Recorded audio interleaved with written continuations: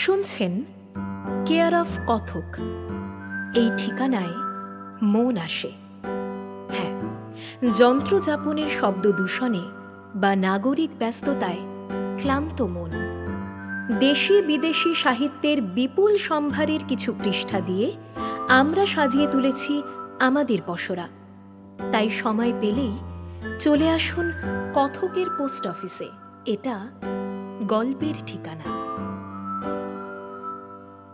Care of কথকের এই পর্বে আমাদের নিবেদন জোনাথন সুইফটের অমর সৃষ্টি গ্যালিভার্স ট্রাভেলসের দ্বিতীয় অভিযান ব্রবডিং নাগদের দেশের সপ্তম ও অষ্টম পরিচ্ছেদ। কি হলো গ্যালিভারের পরিণতি? উদ্ধার পেল সে? ফিরতে পারল আবারও নিজের পরিবারের কাছে? জানতে হলে শুনে নেওয়া যাক এই আশ্চর্য অভিযানের অন্তিম পর্ব। শুরু হচ্ছে জোনাথন সুইফটের লেখা গ্যালিভার্স ট্রাভেলসের দ্বিতীয় অভিযান ব্রবডিং নাগদের দেশের অন্তিম পর্ব। সত্যবাদিতার প্রতি আমার তীব্র আসক্তি না থাকলে আমি এই কাহিনীর এই অংশ লিখতুম না। আমার দেশের প্রতি ঘৃণা ও বিদ্রুপাত্মক মন্তব্য শুনে আমি অন্তরে ক্রোধান্বিত হলেও আমাকে ধৈর্য ধরে অপেক্ষা করতে হচ্ছিল। এই সমস্ত মন্তব্য শুনে আমি নিজেও যেমন দুঃখবোধ করেছিলাম, আমার পাঠকগণও নিশ্চয়ই সেই রকম দুঃখবোধ করবেন। কিন্তু মহারাজা প্রতিটি বিষয়ে এত কৌতূহলী ও অনুসন্ধিৎসু, সহৃদয় ও কৃতজ্ঞ যে তার সমস্ত প্রশ্নের উত্তর আমি এড়িয়ে গেছি, তবে যেগুলোর উত্তর দিয়েছি তাতে আমার দেশকে সর্বদা বড় করেই দেখিয়েছি, কোথাও ছোট করবার চেষ্টা করিনি। অবশ্যই দেশ বা দেশবাসীর কিছু ত্রুটি থাকতে পারে, সেগুলি আমি কখনোই বড় করে দেখাইনি, এবং আমার দেশে যা কিছু ভালো তা আমি সবসময়ই সামনে ধরেছি। যদিও সেই মহান সম্রাট আমার সব কিছু শুনে প্রভাবিত হননি, তার দৃষ্টিতে আমাদের ভালো তার কাছে মন্দ মনে হয়েছে। কিন্তু এই রাজাকে ক্ষমা করা যেতে পারে, কারণ তিনি পৃথিবীর অন্য দেশ থেকে সম্পূর্ণভাবে যোগাযোগবিহীন হয়ে বিচ্ছিন্নভাবে বাস করছেন। নিজের দেশ ছাড়া অন্য যে কোনো দেশের অস্তিত্ব সম্বন্ধে অজ্ঞ এবং অন্য দেশের কোনো পরিচয়ই তার পক্ষে জানা সম্ভব নয়। ফলে তার মনের প্রসারতা না থাকতেই পারে। যে কোনো দেশের সবই দোষ নয়, গুণও অনেক আছে। যারা উদার হৃদয় হয় তারা দোষ বর্জন করে গুণ বড় করে দেখেন। কিন্তু যেহেতু রাজার অন্য দেশ ও অন্য মানুষ সম্বন্ধে কোনো অভিজ্ঞতাই নেই, তাই তার মন একটা সংকীর্ণ ক্ষেত্রে বিচরণ করতে পারে। অতএব তার এই মনোভাব মেনে না নেওয়াই ভালো। আমি যা বলেছি তার সমর্থনে কিছু বলবো, এবং সীমাবদ্ধ শিক্ষা ব্যবস্থা কি ক্ষতি করতে পারে তাও আমি দেখাবো। তবে তা হয়তো অনেকে বিশ্বাস করবে না। মহারাজার অনুগ্রহ লাভ করবার আশায় আমি তাকে একটি আবিষ্কারের কথা বললুম, যে আবিষ্কার অন্তত 300-400 বৎসর পূর্বে আবিষ্কৃত হয়েছে। তাকে বললুম, একরকম চূর্ণ আছে যাতে একটা আগুনের ফুলকি পড়লেই সেটা দপ করে জ্বলে উঠবে এবং সে বিস্ফোরণও ঘটাতে পারে। ওই চূর্ণ একটা পাহাড়কেও উড়িয়ে দিতে পারে, এবং তখন বাজ পড়ার চেয়েও জোরে শব্দ হয়। ওই চূর্ণ একটি পেতল বা লোহার ফাঁপা নলের ভেতর খানিকটা রেখে এবং তার সামনে লোহার বা পেতলের বল রেখে যদি তাতে অগ্নিসংযোগ করা হয়, তাহলে বলটি সশব্দে অতি দ্রুত গতিতে অনেক দূরে নিক্ষিপ্ত হবে। তবে সবই নির্ভর করবে ফাঁপা নল বা বলের আকারের ওপর। খুব বড় একটা বল এইভাবে নিক্ষেপ করলে একটা পুরো সৈন্যবাহিনীকে ধ্বংস করে দিতে পারে, খুব মজবুত দেওয়ালকে মাটিতে শুইয়ে দিতে পারে, 1000 লোক সমেত জাহাজ ডুবিয়ে দিতে পারে, আর বলের সঙ্গে একটা শেকল লাগিয়ে দিলে জাহাজের পাল ও মাস্তুল কেটে দ্বিখণ্ডিত করে মানুষজনকে নিঃশেষ করে দিতে পারে। আমরা যখন কোনো শহর অবরোধ করি তখন একটা বড় লৌহ বলের ভেতর ওই চূর্ণ ভর্তি করি এবং নলের ভেতর সেই বল রেখে ওই চূর্ণে আগুন লাগিয়ে সেই বল অবরুদ্ধ শহরের ওপর ফেলি। শহরে সেই বল পড়ে ফেটে যায়, বাড়ি ঘরদোর চূর্ণ বিচূর্ণ হয়ে যায়। বল ফেটে লোহার যেসব টুকরো তীব্র গতিতে ছিটকে পড়ে, তার আঘাতে মানুষের তৎক্ষণাৎ মৃত্যু হয়, শরীর চূর্ণ বিচূর্ণ হয়। আমি মহারাজকে বললুম, কি উপাদান এবং কত ভাগ মিশিয়ে এই চূর্ণ তৈরি করতে হয় তা আমি জানি। উপাদানগুলিও সহজে পাওয়া যায়, এবং ওই ফাঁপা নল ও বল আমি মহারাজার মিস্ত্রিদের নির্দেশ দিয়ে তৈরি করিয়ে দিতে পারি। নল ও বল মহারাজার দেশের প্রচলিত মাপ মতোই হবে, এই ধরুন 200 ফুট লম্বা আর 20 বা 30 ফুট ব্যাসের। আর বড় করবার দরকার হবে না, বলও সেই অনুপাতে তৈরি হবে। ওই ফাঁপা নলের ভেতর উপযুক্ত পরিমাণ চূর্ণ ঢুকিয়ে বিস্ফোরণ ঘটালে যে কোনো শহরের সবচেয়ে মজবুত দেওয়াল ও বাড়িঘর উড়ে যাবে। কোনো শহর যদি মহারাজার অবাধ্য হয় তাহলে পুরো শহরটাকেও উড়িয়ে দেওয়া যায়। মহারাজা আমার প্রতি যে অনুগ্রহ দেখিয়েছেন এবং আমাকে আশ্রয় দিয়ে যে উপকার করেছেন তারই প্রতিদানে আমি বিনীতভাবে ও কৃতজ্ঞ চিত্তে আমার প্রস্তাব পেশ করলুম। আমার প্রস্তাব ও ধ্বংসের বিবরণ শুনে ও যন্ত্রের কার্যকারিতা উপলব্ধি করে মহারাজা রীতিমতো অবাক ও ভীত হলেন। আমাদের মতো ক্ষুদ্র একটা পোকা কি করে এমন ভীষণ ও ভয়ঙ্কর একটা ধারণা কল্পনা করতে পারে ভেবে তিনি বিস্মিত। কি সাংঘাতিক! যে মানুষ প্রথমে এই রকম মারাত্মক অস্ত্র আবিষ্কার করেছে সে নিশ্চয়ই একটা শয়তান। তিনি বললেন, চারুকলা, কোনো শিল্প বা কলাকৌশলের আবিষ্কারের প্রতি তিনি আগ্রহী, কিন্তু এমন একটা অস্ত্র প্রয়োগ করা অপেক্ষা তিনি তার অর্ধেক রাজত্ব ত্যাগ করতে রাজি আছেন, এবং আমার যদি প্রাণের ভয় থাকে তাহলে আমি যেন এ বিষয়ে দ্বিতীয়বার উল্লেখ না করি। মহারাজার অনেক গুণ। তিনি জ্ঞানী, বিদ্বান, বহু বিষয়ে চর্চা করেন, সুশাসক, অমায়িক, প্রজানুরঞ্জনকারী। কিন্তু যেহেতু তিনি একটা সীমাবদ্ধ স্থানে বাস করেন, অন্য জগতের অস্তিত্বই জানেন না, অন্য জগতের সহিত যোগাযোগ নেই কোনো ভাবের আদান প্রদান, সেই জন্য তিনি সংকীর্ণ মনা। নিজের দেশ ছাড়া আর কিছু তিনি জানেন না। ইনি যদি ইউরোপের রাজা হতেন তবে তিনি অন্য মানুষ হয়ে যেতেন। জ্ঞানের পরিধি অনেক বাড়ত। রাজার যে সকল গুণাবলী থাকা দরকার, যার দ্বারা তিনি সুশাসক হতে পারেন, সংকটের মোকাবিলা করতে পারেন, এই সব ক্ষমতা ও গুণ তিনি অর্জন করতে পারতেন। আমি মহারাজকে ছোট করতে চাই না, কিন্তু পাঠকদের কাছে তিনি মর্যাদা লাভ করতে পারবেন না। তবুও রাজার একদিকে জ্ঞান যেমন প্রচুর, অজ্ঞানও তেমনি সীমাহীন। রাজা হিসেবে তিনি রাজনীতিক জ্ঞান অর্জন করেননি, কারণ এদেশে সে সুযোগ নেই। ইউরোপ হলে ভিন্ন হতো। একদিন আলোচনা প্রসঙ্গে মহারাজকে আমি বলেছিলুম, রাষ্ট্রবিজ্ঞান ও রাজ্য পরিচালনা সম্বন্ধে ইউরোপে প্রচুর বই আছে। এ কথা শুনে তিনি উৎসাহিত হলেন না, উপরন্তু আমাদের বিষয়ে তার নিচু ধারণা জন্মালো। রাজার উত্তম কূটনীতিক হওয়া উচিত, এ কথা তিনি মানতে রাজি নন। রাষ্ট্রকে অনেক বিষয়ে গোপনতা রক্ষা করতে হয়, এ কথা মানতেও রাজা প্রস্তুত নন। রাষ্ট্রের কোনো গোপনতা রক্ষার দরকার নেই, সব কিছুর তাৎক্ষণিক সমাধান করে ফেলাই ভালো। তার জন্যে কিছু সাধারণ জ্ঞান, কিছু বুদ্ধি, কিছু উদারতা থাকলেই যথেষ্ট। তবে বিচার বুদ্ধি ও বিবেচনা অবশ্যই থাকা দরকার, আর দরকার সাহস। এই সব গুণ থাকলেই উত্তম শাসক হওয়া যায়, এই হলো মহারাজার ধারণা। তিনি বলেন যে ব্যক্তি একই জমিতে একবার শস্য ফলাতে পেরেছে, সেই ব্যক্তি সেই জমিতে আবার শস্য ফলাতে পারবে। তারাই মানব চরিত্র যথাযথ বুঝতে পারে, এজন্য কোনো রাজনীতিক জ্ঞানের প্রয়োজন হয় না। মুশকিল হলো এই যে এই সব দৈত্য সদৃশ মানুষদের শিক্ষানীতি ত্রুটিযুক্ত।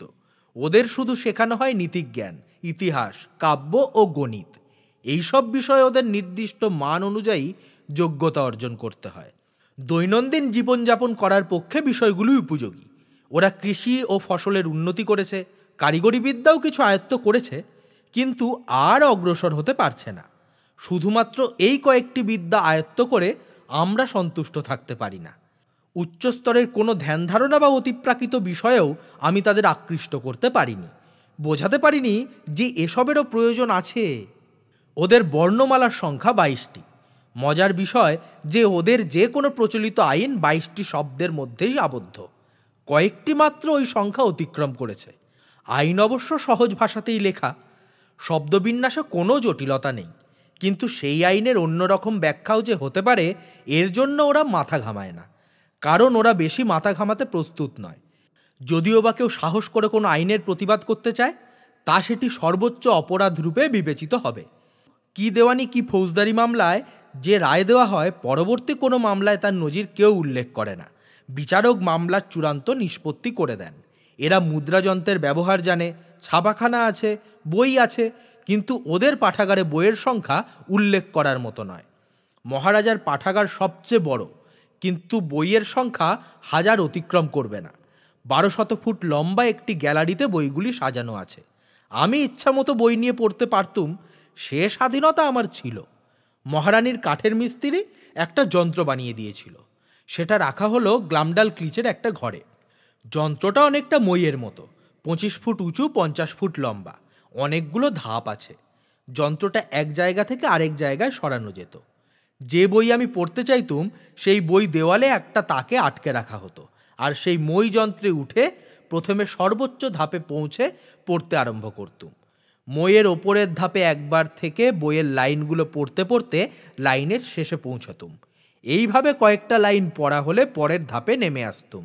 এরপর বইয়ের এক পাতার সবকটা লাইন পড়তে পড়তে নিচে নেমে আসতুম।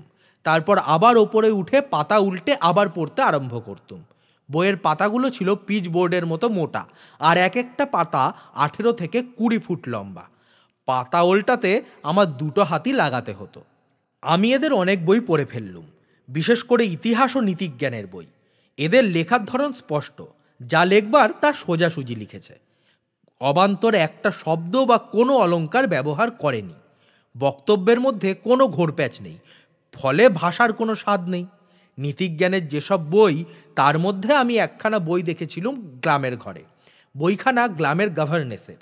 মহিলার বয়স হয়েছে, রীতিমতো গম্ভীর, নিজেও নীতিজ্ঞান ও ভক্তিতত্ত্ব সম্বন্ধে বই লেখেন। বইখানা মানুষের নানা দুর্বলতা নিয়ে লেখা, তবে যেভাবে লেখা তা পুরুষদের আকৃষ্ট করে না। পাঠকদের মধ্যে মহিলার সংখ্যা বেশি। এদেশের লেখক নীতিজ্ঞান সম্বন্ধে কি লেখে তা আমার জানার আগ্রহ হলো। পড়ে দেখলাম লেখক ইউরোপীয় নীতিবাগীশ লেখকদের মতোই উপদেশ বিতরণ করেছেন। ব্যাখ্যাগুলিও প্রায় সেই রকম। লেখক বলেছেন, মানুষ এক অসহায় জীব। মানুষ প্রকৃতির সঙ্গে মোকাবিলা করতে পারে না। ঝড়ঝঞ্ঝা, হিংস্র বন্য পশু ইত্যাদি থেকে মানুষ নিজেকে রক্ষা করতে পারে না। মানুষ পশুর কাছে পরাভূত। কত পশু আছে তারা মানুষের চেয়েও শক্তিশালী, কত পশুর গতি মানুষের চেয়েও বেশি।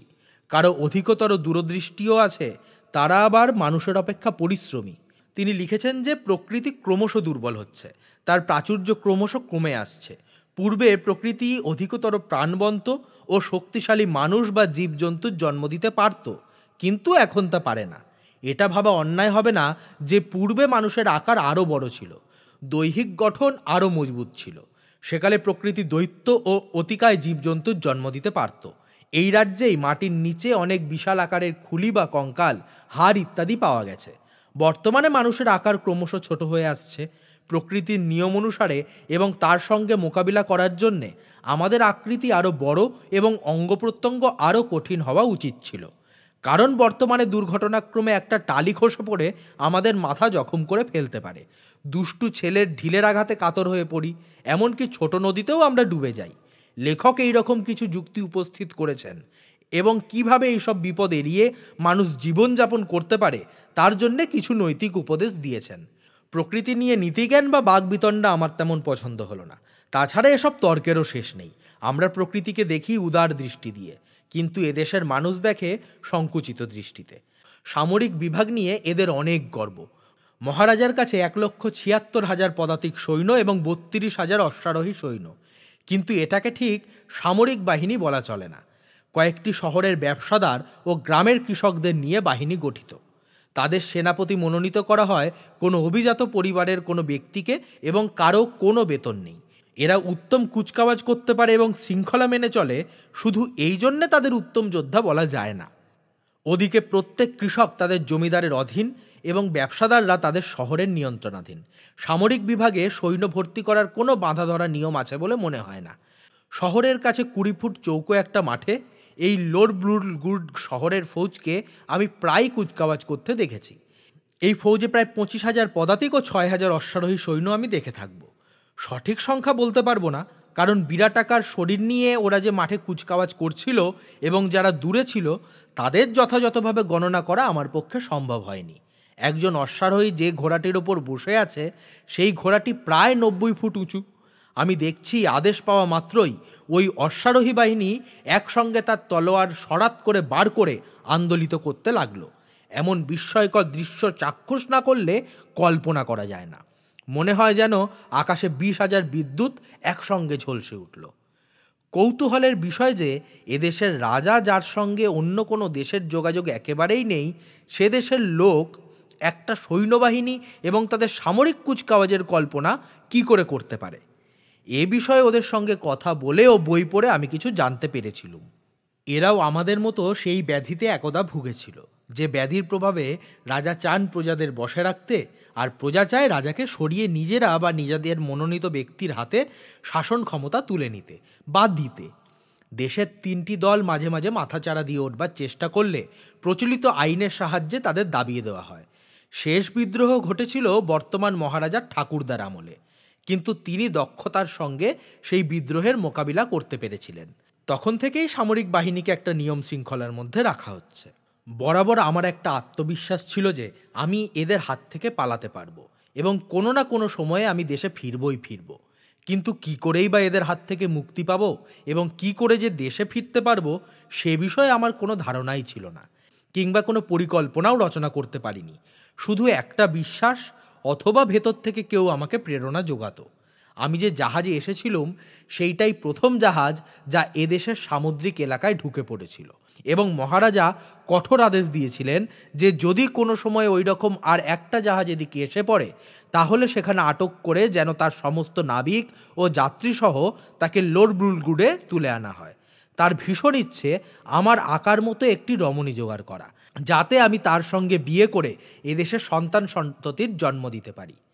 কি ঘৃণিত প্রস্তাব! আমি এমন একটা বংশ এদেশে প্রতিষ্ঠা করব যারা বংশানুক্রমে পোষা ক্যানারি পাখির মতো খাঁচার মধ্যে বন্দির জীবনযাপন করবে এবং নিজ কৌতূহল চরিতার্থ করবার জন্যে অথবা অন্য কোনো উদ্দেশ্যে অভিজাত ব্যক্তিরা তাদের কিনে বন্দি করে রাখবে। আমাকে অবশ্য খুবই যত্নে রাখা হয়েছিল। আমি মহান রাজার এবং মহারানীর প্রিয় পাত্র ছিলাম। রাজসভায় সকলের আনন্দের উৎস ছিলুম, কিন্তু এইভাবে দাসের মতো জীবনযাপন করা আমি মানুষের মর্যাদাহানির নামান্তর বলেই মনে করি। আমি ইংল্যান্ডে আমার নিজের বাড়িতে যেসব কথা দিয়ে এসেছিলুম সেসব আমি কখনোই ভুলতে পারি না। আমি আমার মতোই মানুষের সঙ্গে কথা বলতে চাই, তাদের সঙ্গে পথে প্রান্তরে বিচরণ করতে চাই। কেউ আমাকে চলবার সময় ব্যাঙের মতো পায়ে মারিয়ে অথবা কুকুর বান্দরের মতো সজোরে লাথি মেরে হত্যা করুক, এই চিন্তায় সর্বদা শঙ্কিত থাকতে চাই না। কিন্তু আমি যা আশা করিনি তার চেয়েও আগে এবং সহজে মুক্তি পেয়ে গেলুম। সমস্ত কাহিনী ও ঘটনা আমি যথাসময়েই বলবো। দেখতে দেখতে এদেশে আমার 2 বছর কেটে গেল এবং আমি 3 বছরে পড়লুম। মহারাজা ও মহারানী রাজ্যের দক্ষিণ সমুদ্রের দিকে ভ্রমণে যাবেন। আমি এবং গ্লামডালক্লিচ তাদের সঙ্গী হলুম। আমাকে যথারীতি আমার সেই ছোট বাক্স ঘরে বসিয়েই নিয়ে যাওয়া হলো। এই ঘরের বিবরণ আমি আগেই দিয়েছি। 12 ফুট চওড়া, বেশ আরামদায়ক। ছাদের 4 কোণ থেকে সিল্কের একটা হ্যামাক ঝুলিয়ে দেবার নির্দেশ আমি দিয়েছিলাম, যাতে ভ্রমণের সময় আমি সেই হ্যামাকে শুয়ে ঘুমাতে পারি। মিস্ত্রিকে আমি বলেছিলাম ছাদে 1 ফুট ব্যাসওয়ালা গোল একটা ফুটো করে দিতে, তাহলে আমি যখন হ্যামাকে শুয়ে থাকবো তখন ঘরে হাওয়া খেলবে, আমি গরমে কষ্ট পাবো না। তবে গর্তটা যেন ঠিক আমার মাথার ওপর না করা হয়, আর সেই ফুটোর নিচে একটা কাঠ এমনভাবে লাগানো থাকে যেটা আমি ইচ্ছে মতো ঠেলে ফুটো বন্ধ করতে পারি। আমাদের যাত্রাপথ শেষ হলো। এইবার কিছুদিন বিশ্রাম। আমরা যেখানে থামলুম সেখান থেকে আমাদের বিলিতি হিসেব মতো সমুদ্র 18 মাইল দূরে। এখানে মহারাজার একটা প্রাসাদ আছে, কাছেই একটা শহর আছে। সে শহরের নাম হলো ফ্ল্যানফ্ল্যান্সিক। গ্লাম এবং আমরা দুজনেই অত্যন্ত ক্লান্ত হয়ে পড়েছিলুম। আমার সামান্য সর্দি হয়েছিল, কিন্তু বেচারি গ্লাম এত অসুস্থ হয়ে পড়েছিল যে সে তার নিজের ঘরেই শুয়ে থাকত। এদিকে আমি সমুদ্র দেখবার জন্য খুব ব্যস্ত হয়ে পড়েছি। সমুদ্র আমার পালায়নের একমাত্র পথ। অবশ্য সে সুযোগ যদি ঘটে যায়। আমার যত না সর্দি হয়েছিল আমি তার চেয়ে বেশি কাতর হওয়ার ভান করলুম। আমি বললুম, সমুদ্রের তাজা হাওয়া পেলে ভালো হয়। আমার আবেদন মঞ্জুর হলো। সঙ্গে একজন বালক ভৃত্য দেওয়া হলো। এই বালক আমার অনুরক্ত ছিল। ওর সঙ্গে মাঝে মাঝে আমি সলা পরামর্শও করেছি। গ্লামডালক্লিচের ইচ্ছে নয় আমি যাই, তাই সে বারবার সেই বালককে সতর্ক করে দিতে লাগলো। গ্লাম ছলছল চোখে আমাকে বিদায় দিল। আমি গ্লামের সে মুখ ভুলব না। কে জানে যা ঘটতে যাচ্ছে তা সে আশঙ্কা করেছিল কিনা। বালক আমাকে আমার বাক্সে বন্দি করে নিয়ে চলল। সমুদ্রের ধারে যেখানে পাহাড় ও পাথর আছে তা প্রাসাদ থেকে 8 ঘন্টার পথ। সমুদ্রের ধারে পৌঁছে বালককে বললুম আমাকে নামিয়ে দিতে। সমুদ্রের ধারে এসে আমি নিজেকে সুস্থ বোধ করলুম না। বালককে বললুম আমি হ্যামাকে উঠে একটু ঘুমোবো, একটু ঘুমোলে শরীর ঠিক হয়ে যাবে। আমি হ্যামাকে উঠলুম। ঠান্ডা হাওয়া আসছিল, তাই বালক জানালা বন্ধ করে দিল। আমি ঘুমিয়ে পড়লুম। কিন্তু ঘুমোবার আগে একটা জানালা দিয়ে দেখেছিলাম ছেলেটা তখন আমার বাক্স যেখানে নামিয়ে দিয়েছিল সেখানে কোনো বিপদের আশঙ্কা না করে পাহাড় ও পাথরের খাঁজে খাঁজে পাখির ডিম খুঁজে বেড়াচ্ছে। আমি তারপর ঘুমিয়ে পড়লুম। হঠাৎ আমার ঘুম ভেঙে গেল। বাক্সের মাথায় যে আংটা আছে সেটা ধরে কে যেন হঠাৎ টেনে তুলল। বাক্সটা সহজে বয়ে নিয়ে যাওয়ার জন্যই আংটা লাগানো হয়েছিল। আমার মনে হলো আমার বাক্সটা আকাশে অনেক উঁচুতে উঠেছে আর সেটা প্রচণ্ড গতিতে এগিয়ে চলেছে। প্রথম ধাক্কাতেই আমি হ্যামাক থেকে বাক্সর মেঝেতে পড়ে গিয়েছিলাম। তখন বাক্স খুব দুলছিল, কিন্তু তারপর স্বাভাবিক হয়ে গেল। যত জোরে পারলুম আমি কয়েকবার চিৎকার করলুম, কিন্তু বৃথা। জানালা দিয়ে বাইরে চেয়ে দেখলুম শুধু আকাশ আর মেঘ। মাথার ওপর আওয়াজ শুনতে পাচ্ছি, পাখি বা পাখিরা যেন ডানা ঝটপট করছে, এবং সঙ্গে সঙ্গে উপলব্ধি করলুম কি সাংঘাতিক বিপদে পড়েছি। নিশ্চয়ই কোনো ঈগল আমার বাক্স ঘরের মাথার ওপরে আংটাটি তার ঠোঁট দিয়ে ধরে আকাশে উড়তে আরম্ভ করেছে। এবার পাথরের ওপর আছড়ে ফেলে দেবে, বাক্স ভাঙবে, আমি মরব। তখন ঈগলটা আমার মৃতদেহটা ঠুকরে ঠুকরে খাবে। দূরে কোথাও পাহাড়ে এই পাখির বাসা, গন্ধ চিনে সে সেখানে যাবে। আমি আর আমার বাক্সের ভেতর কতক্ষণ লুকিয়ে থাকতে পারবো, কে জানে ভাগ্যে কি আছে। কিছুক্ষণ পরে ডানা ঝটপট আওয়াজ যেন খুব তাড়াতাড়ি বেড়ে গেল। বুঝতে পারলুম আমার বাক্সটা পড়ে গেল, আর তারপরে অনুভব করলুম বাক্সটা কিছুর ওপর ওঠানামা করতে করতে দোল খাচ্ছে। পড়বার আগে বাক্সটা বেশ জোরে দুলে উঠেছিল, ডানা ঝটপটের আওয়াজও বেশ জোরে শুনেছিলুম। আমার মনে হয় যে ঈগল আমার বাক্স তার ঠোঁটে ধরে উড়ে পালাচ্ছিল তাকে অন্য এক বা একাধিক ঈগল তাড়া করেছিল, এবং তখন প্রথম ঈগলটা বাক্সটা সোজা ফেলে দেয়। পড়বার সময় আতঙ্কে আমি নিঃশ্বাস বন্ধ করেছিলুম। পড়বার সঙ্গে সঙ্গে একটা আওয়াজ শুনলুম, সে আওয়াজ নায়াগ্রা জলপ্রপাতের চেয়েও জোর। তারপর মিনিটখানেক অন্ধকার। কি ঘটে গেল বুঝতে সময় লাগলো। মাথায় একটু ঠিক হতে বুঝলুম বাক্সটা ওঠানামা করছে। জানালা দিয়ে বাইরে আলো দেখা যাচ্ছে। বাক্সটা একেবারে ফাঁপা নয় যে উল্টে পাল্টে যাবে। ভেতরে কিছু ওজন আছে, আমি আছি, এবং কিছু মালপত্রও আছে। বাক্সটা বেশ মজবুত। ওপর নিচে সবকটা কোণ লোহার অ্যাঙ্গেল দিয়ে শক্ত করে আঁটা। বাক্সটা তখন 5 ফুট মতো জলে ডুবে ভাসতে ভাসতে চলেছে। আমার অনুমান ঠিক। ঈগল যখন আমাকে নিয়ে আকাশে উড়ে যাচ্ছিল তখন 2-3টি ঈগল তাকে তাড়া করেছিল। তখন সে নিজেকে বাঁচাবার জন্যে আমাকে জলে ফেলে দেয়। বাক্সের নিচে লোহার মজবুত পাত বসানো থাকায় নিচের অংশ ভারী ছিল, অতএব সোজা হয়েই পড়েছে এবং জলে পড়ার আঘাতটাও সহ্য করেছে। বাক্সটা ভেঙে যায়নি। বাক্সটা বেশ মজবুত করেই তৈরি। অন্য দরজার মতো এর দরজা খোলার ব্যবস্থা নেই, ওপর থেকে নিচে টেনে নামিয়ে বন্ধ করতে হয়। পড়বার সময় দরজা বন্ধই ছিল, ফাঁক দিয়ে সামান্য জলই ঢুকেছিল। মাথার ওপর হাওয়া চলাচলের যে ফুটোটা ছিল সেটা বন্ধ করে দিলুম। এখন আমার বারবার গ্লামডাল কিচের কথা মনে পড়তে লাগলো। মাত্র 1 ঘন্টা আগেও তার কাছে ছিলুম। মনে হচ্ছে কতদিন তাকে ছেড়ে আছি। আমি নিজেই এক দারুণ বিপদে পড়েছি। তারই মধ্যে সত্যি কথা বলতে কি, বেচারির কথা ভেবে আমি খুব কষ্ট পাচ্ছি। আমাকে আর না দেখতে পেয়ে বেচারি নিজে তো কষ্ট পাবেই, উপরন্তু তাকে মহারানীর ভৎসনা শুনতে হবে। তিনি হয়তো ওকে তাড়িয়েই দেবেন। আমার মতো কোনো ভ্রমণকারী বোধহয় এমন বিপদে ও দুর্দশায় পড়েনি। প্রতি মুহূর্তে আমার মনে হচ্ছে বাক্সটা বুঝি পাহাড়ে ধাক্কা লেগে চূর্ণ বিচূর্ণ হয়ে যাবে, অথবা হঠাৎ ঝড়ে বা বড় ঢেউয়ের আঘাতে উল্টে যাবে। কোনো দিকের কাঠ ফেটে গেলে বা জানালা ভেঙে গেলে সঙ্গে সঙ্গে মৃত্যু। ভাগ্যিস জানালার কাঁচের ওপাশে দুর্ঘটনা এড়াবার জন্য লোহার জাল লাগানো আছে, এবং সে কাঁচও বেশ পুরু, নইলে এতক্ষণে একটা কিছু হয়ে যেত। কোনো কোনো ছিদ্র থেকে জল চুইয়ে ভেতরে ঢুকছিল, তবে ভয়ের কিছু নয়। আমি সেই জল বন্ধ করার চেষ্টা করছিলাম। আমি বাক্সের ছাদের ফুটোর ঢাকাটা খুলতে পারছিলাম না। পারলে বাক্সের ছাদে উঠে বসতুম, একটু ঘরের বদ্ধ অবস্থার যন্ত্রণার দায় থেকে মুক্তি পেতুম। বাক্সবন্দি হয়ে 2-4 দিন যদি এইভাবেই থাকি, তাহলেই বা তার ফল কি হবে? শীতে ও অনাহারে মৃত্যু। এইভাবে ঘণ্টা 4 কাটল। প্রতি মুহূর্তে বিপদ আশঙ্কা করছি। এই বুঝি সব শেষ হলো। আমি পাঠকদের আগেই বলেছি, আমার বাক্সর দুপাশে 2টি লোহার মজবুত হ্যান্ডেল ছিল। ওদিকে কোনো জানালা ছিল না। হ্যান্ডেল দুটো রাখবার উদ্দেশ্য, আমি যখন বেড়াতে যেতুম তখন একজন ভৃত্য ওই 2টো হ্যান্ডেল 2 হাতে ধরে ঘোড়সওয়ারের কাছে তুলে দিত, আর ঘোড়সওয়ার হ্যান্ডেল দুটো ভেতরে নিয়ে একটা বেল্ট ঢুকিয়ে দিয়ে সেই বেল্টটা নিজের কোমরের বেল্টের সঙ্গে আটকে দিত। আমার মনের অবস্থা যখন এই রকম, প্রতি মুহূর্তে বিপদের আশঙ্কা করছি, ঠিক সেই সময় আমার মনে হলো বাক্সের হ্যান্ডেল দুটোতে যেন একটা আওয়াজ হলো, এবং আমার এও মনে হলো আমার বাক্সটা সমুদ্রের ওপর দিয়ে কেউ টেনে নিয়ে যাচ্ছে। দুপাশের ঢেউ কাটছে, ঢেউ জানালায় আছাড় দিচ্ছে, অতএব বাইরে কিছুই দেখা যাচ্ছে না। মনে একটু ক্ষীণ আশা জাগলো, যদিও বুঝতে পারছি না কিভাবে আমার আশা ফলবতী হতে পারে। আমি আমার একটা চেয়ারের স্ক্রু খুলে ফেললুম, কারণ চেয়ারগুলোই স্ক্রু দিয়ে বাক্সের সঙ্গে আঁটা ছিল। তারপর সেই চেয়ারখানা তুলে এনে ছাদের ফুটোর ঠিক নিচে লাগালুম। এবার চেয়ারে উঠে ঢাকাটা সরিয়ে ফুটোর যত কাছে সম্ভব মুখ নিয়ে গিয়ে খুব জোরে চিৎকার করতে লাগলুম, জান বাঁচাও! যত রকম ভাষা আমার জানা আছে সব রকম ভাষায়। আমার সঙ্গে সব সময় যে ছড়ি থাকতো, তার ডগায় আমার রুমালটা আটকে ফুটো দিয়ে বাইরে বার করে কয়েকবার আন্দোলিত করলুম। যদি কাছে কোনো জাহাজ বা নৌকা থাকে, তাহলে তারা বুঝতে পারবে একটা হতভাগা মানুষ বাক্সটার মধ্যে বন্দী হয়ে আছে। আমার মনে হলো আমার সব চেষ্টাই বিফল হচ্ছে, তবুও আমি চেষ্টা করে চলেছি। তবে বাইরে দেখতে না পেলেও আমি বেশ বুঝতে পারছি যে আমার বাক্সটা কেউ টেনে নিয়ে যাচ্ছে।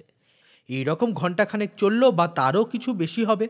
তারপর বাক্সটার যেদিকে হ্যান্ডেলটা আছে এবং যেদিকে জানালা নেই, সেই দিকটা হঠাৎ একটা শক্ত কিছুতে ধাক্কা খেল। আমার মনে হলো পাথরে ধাক্কা লেগেছে। ধাক্কার ফলে আমাকে বাক্সের মধ্যে কয়েকবার গড়াগড়ি খেতে হলো। আমার বাক্সের ওপর কয়েকটা শব্দ শুনলুম, যেন একটা আংটার কাছি আমার বাক্সের ওপর পড়ল এবং সেই কাছি বুঝি কেউ বাক্সের মাথায় পড়াচ্ছে। তারপর কেউ আমার বাক্সটাকে ওপর দিকে তুলছে, অন্তত ফুট 3 তো তুলছেই। তখন আমি আমার ছাদের ফুটো দিয়ে রুমাল বাঁধা ছড়িটা ওপর দিকে তুলে ধরলুম এবং সেই সঙ্গে বেশ জোরে সাহায্যের জন্যে চিৎকার করতে লাগলুম, যতক্ষণ পর্যন্ত না আমার গলা ভেঙে গেল। যাক, তারপরেই বাইরে থেকে আমি একটা উত্তর শুনতে পেলুম, বারবার 3 বার। আমার তখন যা আনন্দ হলো তা এমন কেউ বুঝবে না যে না আমার মতো বিপদে পড়েছে। মাথার ওপর আওয়াজ শুনছি, ছাদের গর্তর দিকে মুখ করে কেউ ইংরাজিতে জিজ্ঞাসা করল, ভেতরে কেউ আছো নাকি? কথা বলো। আমি উল্লসিত ইংরাজিতেই জবাব দিলুম, আমি ইংরেজ, খুব বিপদে পড়েছিলুম। এমন বিপদে মানুষ পড়ে না, এখন আমাকে এই বন্দিঘর থেকে উদ্ধার করো। ওপর থেকে উত্তর এলো, আর ভয় নেই, তুমি বেঁচে গেছো। তোমার বাক্স এখন একটা জাহাজের সঙ্গে বাঁধা রয়েছে। ছুতোর মিস্ত্রিকে ডাকা হয়েছে, সে এসে বাক্স কেটে তোমাকে বার করবে। আমি বললুম তার দরকার নেই, তাতে অনেক সময় লাগবে। বাক্সর মাথার আংটা ধরে বাক্সটা জাহাজের ওপর টেনে তোলো, তারপর ক্যাপ্টেনের কেবিনের সামনে নিয়ে চলো। আমি বুঝি তখন উত্তেজনায় পাগল হয়ে গেছি।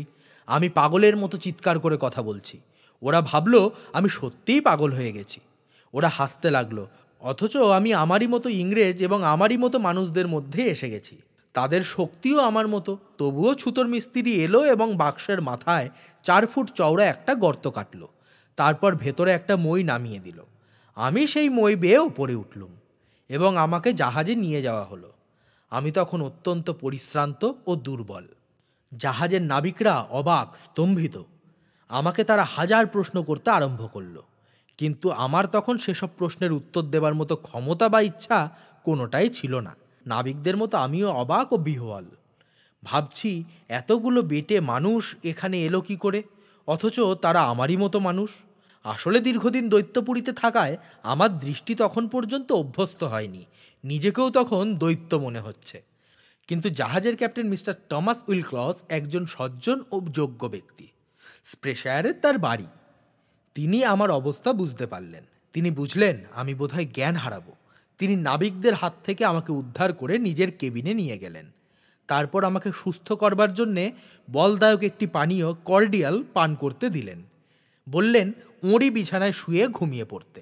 ঘুমোবার আগে আমি ক্যাপ্টেনকে বললুম যে বাক্সটি তারা উদ্ধার করেছেন তার মধ্যে বেশ কিছু দামি আসবাব আছে, যা আমার কাছে অত্যন্ত মূল্যবান। ওই বাক্সয় আছে চমৎকার একটি হ্যামাক, উত্তম বিছানা সমেত একটি খাট, 2টি চেয়ার, একটি টেবিল এবং কাপড় চোপড় রাখবার একটি ক্যাবিনেট। এছাড়া বাক্সের ভেতরের দেওয়াল সিল্কের ওয়ার দেয়া নরম ও পাতলা গদি দিয়ে আচ্ছাদিত। ক্যাপ্টেন যদি বাক্সটা তার কেবিনে আনান তাহলে আমি কৃতার্থ হব। আমি তখন বাক্সের দরজা খুলে দেখতে পারবো ভেতরে কি আছে। বাক্স আমি তাঁরই সামনে রেখে খুলব। আমি অবশ্য ঠিক স্বাভাবিক অবস্থায় ছিলুম না, তাই আমার কথা বলার ধরন দেখে ক্যাপ্টেন ভাবলেন আমার মাথা গুলিয়ে গেছে, আমি আবোল তাবোল বকছি। আমাকে বোধহয় সান্ত্বনা দেবার উদ্দেশ্যেই তিনি তখন বললেন, ঠিক আছে, সব ব্যবস্থা করা হচ্ছে। তিনি জাহাজের ডেকে গেলেন এবং আমার বাক্স ঘরে কয়েকজন লোককে পাঠালেন। কিন্তু ইতিমধ্যে নাবিকেরা, যা আমি পরে জানতে পেরেছিলাম, বাক্স ঘরের ভেতর থেকে সব কিছু টেনে বার করেছে। দেয়াল থেকেও তুলোর আস্তরণ খুলে ফেলেছে। নাবিকদের জানা ছিল না যে টেবিল চেয়ারগুলো স্ক্রু দিয়ে আঁটা, তাই সেগুলো টেনে তুলতে গিয়ে তারা সব রীতিমতো জখম হয়েছে। এমনকি বাক্স থেকে কিছু কাঠ বার করে সেগুলো জাহাজ মেরামতের কাজে লাগিয়েছে। যখন তারা বুঝেছে ভাঙা বাক্সটা নিয়ে আর কিছু করবার নেই, তখন সেটা জলে ফেলে দিয়েছে। বাক্সটার সব দিক ভেঙে যাওয়ায় সেটা সহজে জলে ডুবে গেছে। যাই হোক, এ দৃশ্য আমাকে দেখতে হয়নি। আমার দীর্ঘদিনের সঙ্গীর এমন দুরবস্থা দেখলে আমার ভীষণ মানসিক কষ্ট হতো। যদিও আমি তখন সব কিছু ভুলতে চাই, তবুও সেই সময় অতীতের অনেক কথাই হয়তো আমার মনে পড়তো। আমি অনেকক্ষণ ঘুমিয়েছিলুম, কিন্তু দৈত্যপুরীর নানা ঘটনা এবং যেসব বিপদের সম্মুখীন হয়েছিলুম সেগুলি স্বপ্নে দেখতে দেখতে বারবার আমার ঘুম ভেঙে যাচ্ছিল। যাই হোক, ঘুম থেকে ওঠার পর নিজেকে সুস্থ ও স্বাভাবিক মনে হলো। এখন রাত্রি প্রায় 8টা। ক্যাপ্টেন তখনই রাতের আহার দিতে বললেন। ভেবেছিলেন আমি অনেকক্ষণ অভুক্ত আছি। যখন তিনি লক্ষ্য করলেন আমি স্বাভাবিক হয়েছি, দৃষ্টি সহজ হয়েছে, এলোমেলো কথা বলছি না, তখন তিনিও নিম্নকণ্ঠে আমার সঙ্গে কথা বলতে লাগলেন, অত্যন্ত ভদ্রভাবে। ঘরে আমরা দুজন ব্যতীত যখন আর কেউ রইলুম না, তখন তিনি আমাকে জিজ্ঞাসা করতে আরম্ভ করলেন আমি কোথায় গিয়েছিলুম এবং কিভাবে ওই বাক্সবন্দি হয়ে জলে ভাসছিলুম। ক্যাপ্টেন বললেন, বেলা 12টা আন্দাজ সময়ে দুপুরে তিনি যখন চোখে দূরবীন লাগিয়ে দূর সমুদ্রের দিকে নজর রাখছিলেন, তখন অদ্ভুত বাক্সটা দূরে জলে ভাসতে দেখেন। প্রথমে উনি ভেবেছিলেন ওটা কোনো নৌকার পাল, তার মানে কাছে কোনো বন্দর আছে, ওদের কিছু বিস্কুট কেনার দরকার ছিল। কিন্তু কাছে আসতে তার ভুল ভাঙল। কোনো নাবিক আবার সেটা দেখে ভয় পেয়েছিল। তারা ক্যাপ্টেনকে বলল একটা বাড়ি সাঁতার কাটছে। তাদের বোকামি দেখে তিনি হাসতে থাকেন এবং তখন কয়েকজন নাবিক নিয়ে তিনি নিজেই নৌকায় উঠে তাদের বলেন সঙ্গে মজবুত দান নিতে। সমুদ্র তখন শান্তই ছিল। আমাকে, অর্থাৎ আমার বাক্স বাড়িটা প্রথমে তিনি কয়েকবার প্রদক্ষিণ করলেন, তারপর জানালা ও লোহার জাল লক্ষ্য করলেন, কিন্তু ভেতরে কিছু দেখা গেল না। তখন বাক্সের দুদিকে দুটো লোহার হ্যান্ডেল দেখতে পেয়ে নাবিকদের বললেন নৌকা তার কাছে নিয়ে যেতে। তারপর নির্দেশ দিলেন একটা হ্যান্ডেলের ভেতর দিয়ে দড়ি গলিয়ে সিন্দুকটাকে, ক্যাপ্টেন আমার বাক্স বাড়িকে সিন্দুক বলতেন, জাহাজের দিকে টেনে আনতে। তাই আনা হলো। বাক্সটা জাহাজের কাছে আসতে তিনি এবার বললেন তার মাথার ওপর আংটায় দড়ি লাগিয়ে সেটা টেনে জাহাজের ওপর তুলতে। নাবিকেরা পুলি লাগিয়ে তার ভেতর দিয়ে দড়ি গলিয়ে বাক্সটা টেনে তুলে আনলো, কিন্তু 2-3 ফুটের বেশি তুলতে পারল না। ক্যাপ্টেন বললেন, তারপর ছড়ির ডগায় বাঁধা রুমাল দেখতে পেয়েই তারা বুঝতে পারলেন কোনো দুর্ভাগ্য ব্যক্তি ওই বাক্সের মধ্যে আটকে আছে। আমি জিজ্ঞাসা করলুম তিনি অথবা তার কোনো নাবিক আকাশে তখন বিরাট আকারের কোনো পাখি দেখতে পেয়েছিলেন কিনা, অর্থাৎ যখন বাক্সটা সর্বপ্রথম ওদের নজরে পড়েছিল। তিনি ভেবে বললেন, আমি যখন ঘুমোচ্ছিলুম তখন নাবিকদের মধ্যে আমাকে নিয়ে কিছু আলোচনা চলছিল। তখন একজন নাবিক বলেছিল সে দূরে আকাশের উত্তর দিকে 3টে ঈগল উড়ে যেতে দেখেছে, কিন্তু সেগুলো আমাদের দেখা ঈগল অপেক্ষা ছোট কি বড় তা সে বলেনি। না বলতে পারার সম্ভবত কারণ ঈগলগুলো দূরে এবং অনেক উঁচুতে উড়ছিল। আমি ক্যাপ্টেনকে জিজ্ঞাসা করলুম তিনি তখন কুল থেকে কত দূরে ছিলেন বলে মনে করেন। তিনি অনেক ভেবে ও কিছু হিসেব নিকেশ করে বললেন তা 100 লিগ হবে। আমি বললুম আপনি বোধহয় ভুল করছেন, আপনি ওর অর্ধেক দূরেও ছিলেন না, কারণ আমি যে দেশ থেকে আসছি এবং ঈগল যখন আমাকে জলে ফেলে দিয়েছে ইতিমধ্যে 2 ঘন্টার বেশি সময় পার হয়েছে। ক্যাপ্টেন আবার চিন্তা করতে লাগলেন, তারপর বললেন, বিপদের আশঙ্কায় তোমার মাথা তখন নিশ্চয়ই ঠিক কাজ করছিল না এবং আমার মনে হয় এখনও তা স্বাভাবিক হয়নি। তুমি তোমার কেবিনে গিয়ে আরও কিছুক্ষণ ঘুমিয়ে নাও। আমি বললুম, আপনি ও আপনার লোকজনের সযত্ন পরিচর্যায় আমি বেশ সুস্থ ও স্বাভাবিক হয়েছি এবং এখন পূর্বের মতোই আমার বুদ্ধিবৃত্তি কাজ করছে। এবার তিনি গম্ভীর হলেন এবং আমাকে জিজ্ঞাসা করলেন আমি কি কোনো গুরুতর অপরাধ করে মানসিক যন্ত্রণা ভোগ করছি। তোমার অপরাধের জন্য তোমার দেশের রাজা কি দণ্ডবিধান স্বরূপ তোমাকে সিন্ধুকে বন্ধ করে সমুদ্রে ভাসিয়ে দিয়েছিলেন? অনেক দেশে এমন শাস্তি বিধান করা হয়। অপরাধীকে জোর করে ছিদ্র নৌকায় তুলে সমুদ্রে ভাসিয়ে দেওয়া হয়, সঙ্গে কোনো খাবার বা পানীয় জল দেওয়া হয় না। ক্যাপ্টেন বললেন, এমন একজন ব্যক্তিকে জাহাজে তুলে তিনি যদিও দুঃখবোধ করছেন, তথাপি তিনি আমার কোনো ক্ষতি করতে চান না। প্রথমে যে বন্দরে জাহাজ ভিড়বে সেই বন্দরে তিনি আমাকে নামিয়ে দেবেন।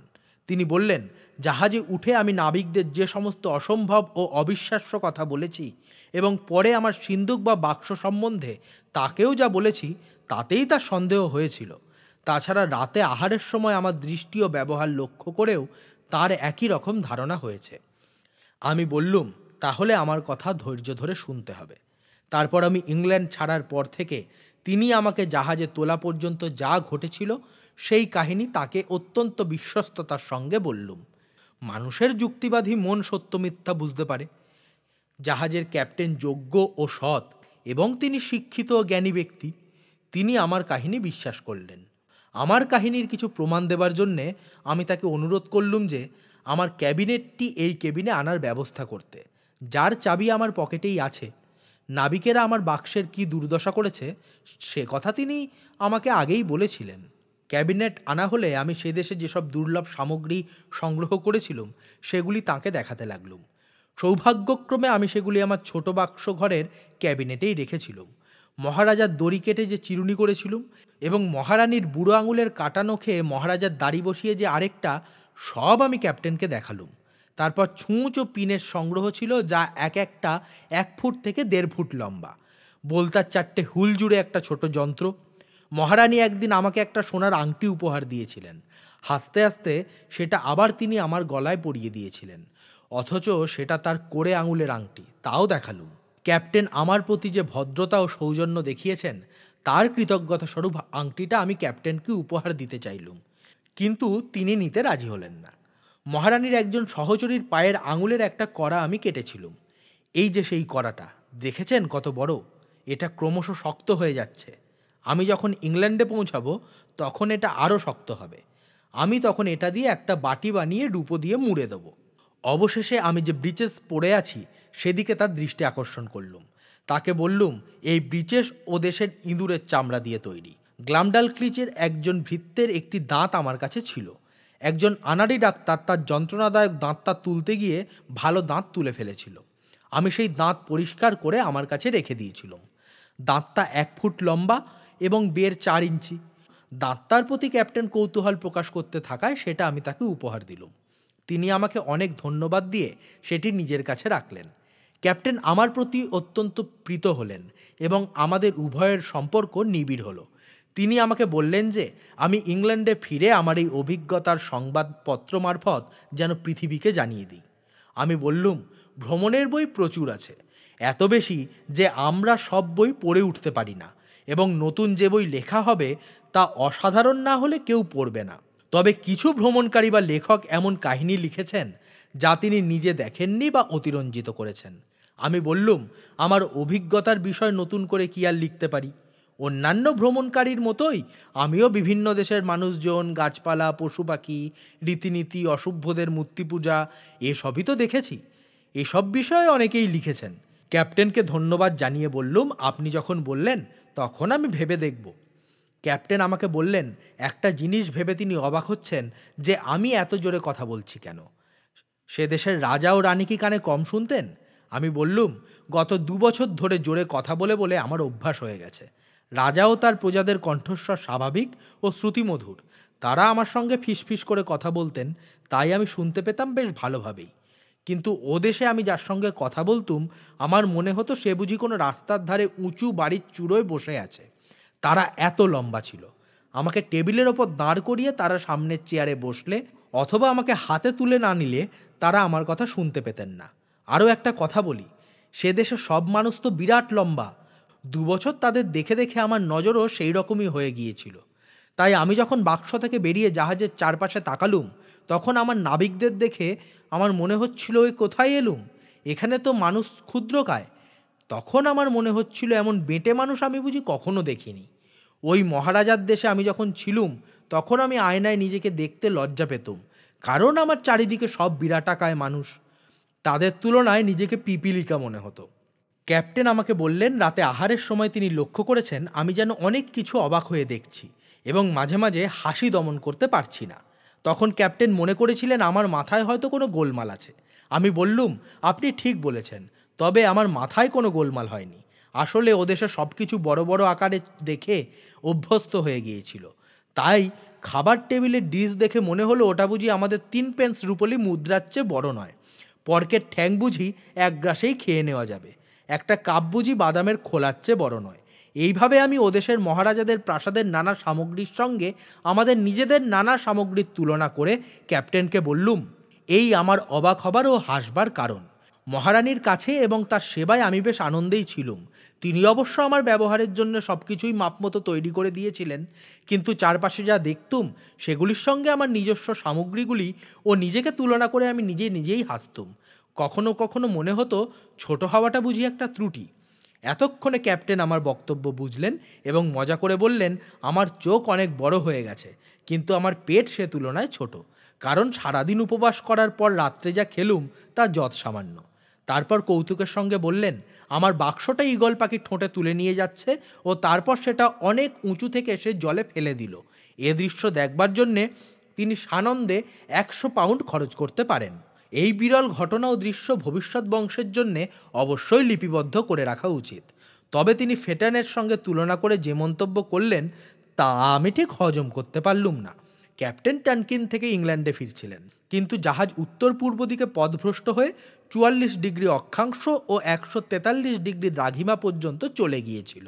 আমি জাহাজে ওঠার 2 দিন পরেই ট্রেড উইন্ডের প্রভাবে এসে আবার সে পথ পেয়ে যায় এবং সেই হাওয়া অনুসরণ করে দীর্ঘদিন ধরে দক্ষিণ দিকে গিয়ে নিউ হল্যান্ড বন্দরে নোঙর ফেলে। তারপর নোঙর তুলে পশ্চিম দক্ষিণের পশ্চিমে এবং পরে জাহাজের মুখ ঘুরিয়ে কম্পাসের কাঁটার দক্ষিণ দক্ষিণ পশ্চিম দিকে গিয়ে আমরা কেপ অফ গুড হোপ বন্দরে পৌঁছই। এই সমুদ্রযাত্রা অত্যন্ত সফল হয়েছিল, তবে তার বিবরণ দিয়ে পাঠকদের ধৈর্যের পরীক্ষা করতে চাই না। ফেরার পথেও আরেকটা বন্দরে ক্যাপ্টেন জাহাজ ভিড়িয়েছিলেন। তাজা পানীয় জল ও আহার্য দ্রব্যের জন্য ক্যাপ্টেন তীরে নৌকা পাঠাতেন, কিন্তু আমি জাহাজেই থাকতুম এবং ইংল্যান্ডে ডাউন্স না পৌঁছানো পর্যন্ত আমি আর কোথাও নামছি না। আমি দৈত্যপুরী থেকে পলায়নের পর প্রায় 9 মাস পরে 1706 সালের 3রা জুন দেশের বন্দরে পৌঁছলুম। শুল্ক বাবদ আমি আমার মালপত্র জাহাজে ক্যাপ্টেনের কাছে জমা রাখার প্রস্তাব করলুম, কিন্তু ক্যাপ্টেন বললেন আমার মাল নামিয়ে নিতে। শুল্ক বাবদ তিনি 1 ফার্দিংও নেবেন না। আমরা হৃদ্যভাবে পরস্পরের কাছ থেকে বিদায় নিলুম। আমি তাকে দিয়ে প্রতিজ্ঞা করালুম তিনি যেন রেড রিফে আমার বাড়িতে আসেন। জাহাজ থেকে নেমে আমি 5 শিলিং দিয়ে একটা বড় ঘোড়া ও পথ প্রদর্শক ভাড়া করলুম। ওই 5 শিলিং আমি ক্যাপ্টেনের কাছ থেকে ধার নিয়েছিলুম। রাস্তা দিয়ে যেতে যেতে দুপাশের বাড়ি, গাছ, মানুষ, গরু, ছাগল সব কিছু দেখে আমার মনে হতে লাগলো আমি যেন লিলিপুটদের দেশে বিচরণ করছি। আমি কি আমার সামনের পথিককে মারিয়ে ফেলবো নাকি? তাই আমি তাদের হেঁকে বলছিলুম সরে যেতে, নইলে ওদের হয়তো আমি মারিয়েই ফেলবো। অনেক দিন বাড়ি ছাড়া, বাড়ির খবর আগে নেওয়া দরকার। কিন্তু তখনও আমি নিজেকে দৈত্য ভাবছি। তাই যখন একজন ভৃত্য দরজা খুলে দিল, তখন রাজহাঁস যেমন তার লম্বা ঘাড় বেঁকিয়ে নিজের ঘরে ঢোকে, পাছে মাথা ঠুকে যায়, সেই এক ভয়ে আমিও মাথা নিচু করে ঘরে ঢুকলুম। আমাকে আলিঙ্গন করার জন্য আমার স্ত্রী ছুটে এলো। আমি তখন হাঁটু মুড়ে প্রায় তার হাঁটুর সমান নিচু হয়েছি।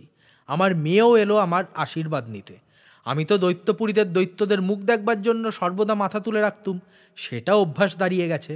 তাই এই অবস্থায় আমি প্রথমে আমার মেয়েকে দেখতে পাইনি। দৈত্যদের মতো তাকে আমার চোখের কাছে নেবার জন্যে তার কোমর ধরে উঁচু করে তুললুম। ঘরে ভৃত্যরা এবং কয়েকজন বন্ধু ছিল, তখন তাদেরও আমি বামন ভাবছি। আমার স্ত্রীকে বললুম, তুমি বুঝি খুব হাত টিপে খরচ করছো? দেখছি না খেয়েই ছিলে, মেয়েটাও রোগা হয়ে গেছে। আমি এমন ব্যবহার করতে আরম্ভ করেছিলুম যে জাহাজের ক্যাপ্টেনের মতো আমার স্ত্রী ও আর সকলেও ভাবতে আরম্ভ করেছিল যে আমার মাথায় কিছু গোলমাল হয়েছে। ভিন্ন দেশে থেকে আমার স্বভাব ও দৃষ্টিভঙ্গির পরিবর্তন হয়েছিল, অভ্যাসও পাল্টে গিয়েছিল। আমার স্ত্রী ও বন্ধুরা ক্রমশ আমার অবস্থা বুঝল এবং আমিও ক্রমশ স্বাভাবিক হতে থাকলুম। আমার স্ত্রী আমাকে বলল, তোমার আর সমুদ্রে যাওয়া চলবে না। কিন্তু আমার মাথার পোকা যখন নড়ে ওঠে, তখন স্ত্রী বাধা দিলে আর কি হবে? পাঠক শিগগির জানতে পারবেন কি ঘটল। তবে এই সঙ্গে শেষ হলো আমার সমুদ্র যাত্রার 2য় ভাগ। শুনলেন জনাথন সুইফটের লেখা গ্যালিভার্স ট্রাভেলসের দ্বিতীয় অভিযান ব্রবডিং নাগদের দেশের অন্তিম পর্ব। শব্দগ্রহণ ও সম্পাদনা সৌরিশ ভট্টাচার্য। Poster design Ranjan Das. সমগ্র পরিকল্পনা, সূত্রধার ও গল্প পাঠে আমি নীলাশিস বসু। আমাদের এই ক্ষুদ্র প্রয়াস যদি আপনাদের ভালো লাগে তাহলে আমাদের পাশে থাকুন। চ্যানেলটি সাবস্ক্রাইব করুন, লাইক ও শেয়ার করতেও ভুলবেন না। কমেন্টে জানান আপনাদের মতামত। ভালো থাকুন। ফিরে আসব আগামী সপ্তাহে এই গল্পের ঠিকানায়।